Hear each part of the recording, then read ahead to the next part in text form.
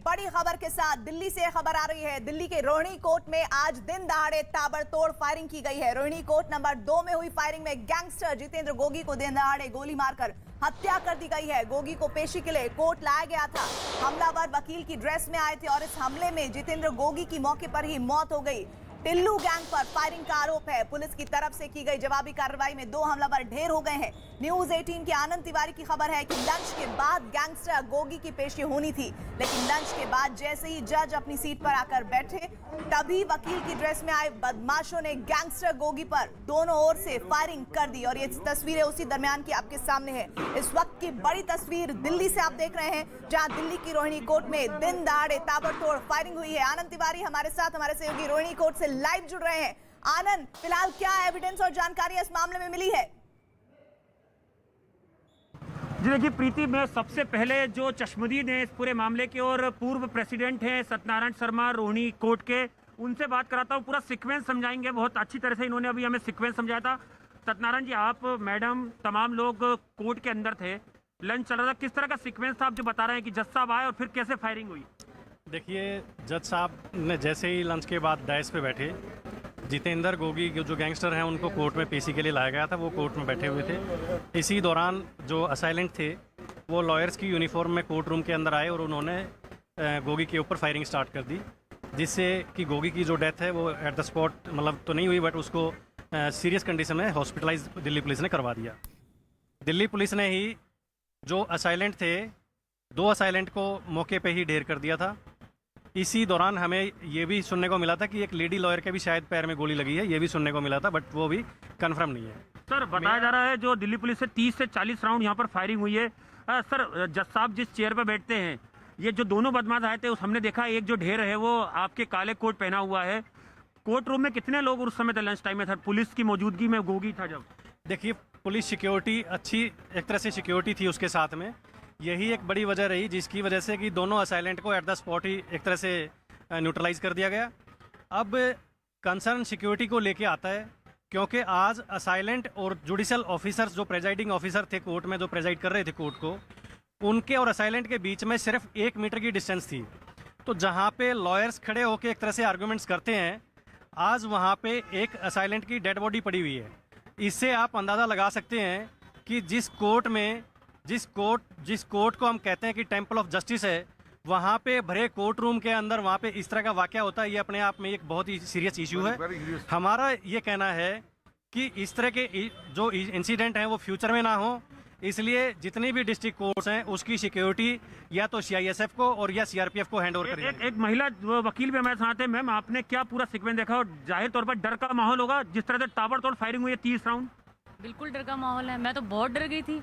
मैं तो जैसे फायरिंग हुई है वहाँ, मतलब सोच भी नहीं सकते। मैं सर के साथ, मेरे जो सीनियर है, मैं वहाँ बैठी हुई थी, फॉर्म फिल कर रही थी। कुछ सोचा ही नहीं था हमने कि ऐसा होने वाला है। एक साथ गेट खुलता है और फायरिंग होने लग जाती है। इतने घबरा गए थे, इतने डर गए थे हम लोग कि बहुत ज़्यादा। सर, एक बार बताइए, अभी कोविड के बाद से यही एंट्री एग्जिट हमारे पीछे जो गेट नजर आ रहा है, जाहिर तौर पर गोगी को भी पुलिस अपनी सिक्योरिटी में अंदर लेके गई होगी। आपको लगता है कि कहीं ना कहीं सुरक्षा में कमी है? चूक तो हुई है कि ये पहली बार नहीं, हमने कई बार कवरेज कराया कि यहाँ रोहिणी जेल में कई मरतबा यहाँ पर फायरिंग हुई है। जब बदमाशों को लाया गया, दूसरे गैंग वालों ने उन पर फायरिंग कर दी है। ये 5वां इंसिडेंट है सर, 5वां इंसिडेंट है। इससे पहले भी 4 बार इंसिडेंट हो चुके हैं। सुबह से जब अप्रीहेंशन इनको लग रहा है इतना हाई प्रोफाइल गैंगस्टर आ रहा है, तो आपको एक चीज़ बताओ, आपने क्या किया? आपने किया तो कुछ भी नहीं। क्या किया इन्होंने? और आप एक चीज़ बताओ, अगर कोर्ट प्रीमिसेस में जहाँ ट्रायल चल रहा है, जहाँ सेशन जज बैठे हुए हैं, जिस सेशन जज के डायस पे ये सारा हो रहा है, वहाँ बाहर भी कोई वो नहीं था, सिक्योरिटी पर्सन नहीं था। शर्मा जी, एक चीज और बताइए, आपने ही बताया कि जो लॉबी है जहाँ से ये चैम्बर तक जाया जाता है, कोर्ट रूम तक, जहाँ पर ये पूरा वाकया हुआ, ना कोर्ट रूम के अंदर CCTV कैमरा था, ना उस पूरी लॉबी में। आपको लगता है कि रेकी की है बाकायदा बदमाशों ने कि उनकी फुटेज ना पाए, अगर वो यहाँ से भागने में कामयाब हो जाते? हालांकि दिल्ली पुलिस ने मुस्तैदी से दोनों बदमाशों को ढेर कर दिया है। बिल्कुल, देखिए, ये जो वाकया आज हुआ है, ये इस तरह का वाकया नहीं है कि ऑल ऑफ सडन ये एक तरह से वाकया हो गया। ये इंसिडेंट जो है ये पूरी तरह से रेकी करके तब ये वाकया हुआ है। अदरवाइज तो मतलब इतने, अगर देखा जाए तो मेन गेट के ऊपर सिक्योरिटी है, इसके आगे भी फ्रिस्किंग चेकिंग है, और 2 सिक्योरिटी बैरियर पार करके अगर कोई कोर्ट में वेपन लेके जा रहा है तो फिर भी एक अपना आप में बड़ा सिक्योरिटी लैप्स है। ये जो सिक्योरिटी लैप्स है ये बगैर रेकी किए ये पॉसिबल नहीं है। ये पूरी तरह से प्लान करके रेकी करके तब ये जाके जो इंसिडेंट। एडिशनल सेशन जज हैं उनके सामने पूरा वाकया हुआ, क्या आपकी उनसे बात हुई है? क्या उनके इस पे रिएक्शन क्या था? मतलब सर जाहिर तौर पर गुस्सा होगा कि मतलब कोर्ट में जज साहब के सामने फायरिंग कर दे रहे हैं बदमाश आके। देखिए, मैं जज साहब से पर्सनली मिल के आया था और डिस्ट्रिक्ट जज साहब भी थे और भी कई सारे जज साहब बैठे हुए थे मीटिंग में।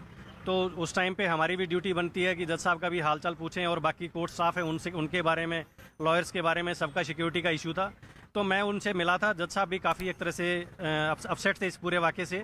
लेकिन अगर देखा जाए तो आज की डेट में अगर ये जो वाक़या हुआ है इसको लेके जो बार बार हमारा कहना यही है कि पहले भी जब सिक्योरिटी इश्यूज़ को लेके बार एसोसिएशन ने रजिस्ट किया है या रिप्रेजेंटेशन दिया है तो दिल्ली पुलिस ने हमेशा पुलिस की मैन पावर कम होने का वास्ता देके और प्रॉपर सिक्योरिटी प्रोवाइड करने में कहीं ना कहीं आनाकानी की आप है। बता रहे हैं यहाँ पे प्राइवेट सिक्योरिटी वाले भी लगा रखे हैं सर? मैं बिल्कुल आपको ये मैं बता नहीं रहा हूँ, आप अपनी आंखों के सामने देख सकते हैं। कोर्ट के जितने भी गेट हैं हर गेट पे आज अगर प्राइवेट सिक्योरिटी गार्ड्स को यहाँ पे डिप्यूट किया गया है तो वो क्यों डिप्यूट हुए हैं उसके पीछे रीज़न क्या है? उसके पीछे रीज़न यही है कि जब जब डिस्ट्रिक्ट एडमिनिस्ट्रेशन ने, कोर्ट एडमिनिस्ट्रेशन ने सिक्योरिटी के लिए यहाँ पे मैन पावर के लिए डिमांड की तो पुलिस ने मैन पावर की शॉर्टेज होने का रेफरेंस दिया हमेशा। इस वजह से प्राइवेट सिक्योरिटी गार्ड्स को यहाँ पे डिप्यूट किया गया है जो कि आर्म्स लेस हैं। उनके पास में ना कोई हथियार होता, ना कोई दूसरी तरह के चेकिंग के लिए मतलब गैजेट्स वगैरह हैं। तो ये अपने आप में एक बड़ा सिक्योरिटी लैप्स है। कहीं ना कहीं दिल्ली पुलिस को ये सिक्योरिटी जहाँ तक इशू है। सर आप भी अंदर थे जिस समय फायरिंग हुई। सर कितने प्रीमाइसेस हैं, एंट्री एग्जिट इस पूरे अगर रोहिणी कोर्ट प्रीमाइसेस की बात की जाए तो आपको तजुर्बा भी, आप लोगों को यहाँ पर लगातार प्रैक्टिस कर रहे हैं? बिल्कुल बिल्कुल, मैं आपको हैरान बताता हूँ। उस टाइम मैं कोर्ट के अंदर ही था। 2 मिनट मैं अपना मैटर आर्गूमेंट करके बाहर ही निकला था, इन बिटवीन ही ये जैसे ही गोगी हाई सिक्योरिटी में बिल्कुल पूरे सिक्योरिटी के साथ उसको पेश करते हैं, तुरंत ही एकदम से मेरे साथ उनके साथ वाक़या होता है। मेरे साथ मेरी जूनियर भी थी, इसने भी देखा था। बड़े हम एकदम से हैरान हो गए, एकदम से हम उसकी तरफ से। आनंद, मैं आपको यहाँ पर रोक रही हूँ। इस वक्त हमारे साथ केंद्र